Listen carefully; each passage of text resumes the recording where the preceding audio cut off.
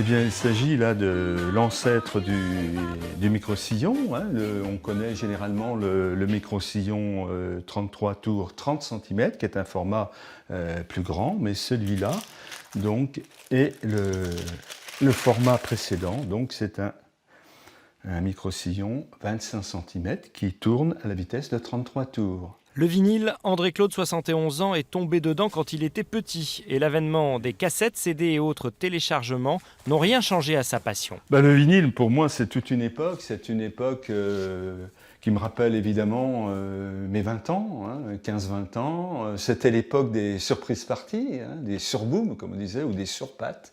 Des soirées de sa jeunesse au rythme des slow, rock, Madison et autres hully-gully que les vinyles font revivre. Et l'ancien disquaire en possède plus de 1000, jazz, blues, rock, français et étrangers. Des disques à la sonorité unique qui sont aussi à chaque fois un objet à part. Avoir un disque vinyle, vous avez l'attrait, on regarde la pochette, cartonnée, il est protégé et lorsqu'on le sort, il y a tout un rite, on ne met pas les doigts dessus, on le sort et on voit ce disque-là briller. Pour un amateur de vinyle, c'est déjà une sensation superbe.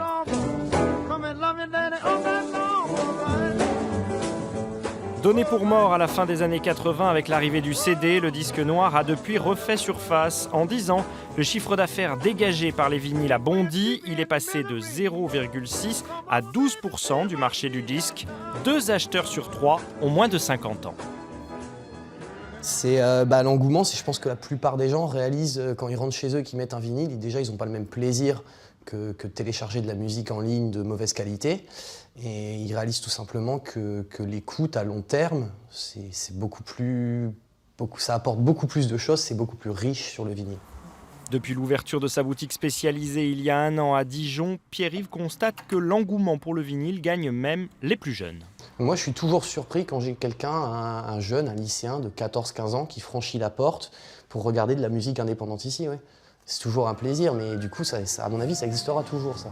Je ne m'attendais pas forcément à ce que chez les plus jeunes, il y ait un engouement comme ça, du coup. Mais si, il y a certainement une passion qui se passe de grand frère à petit frère, des choses comme ça, du coup.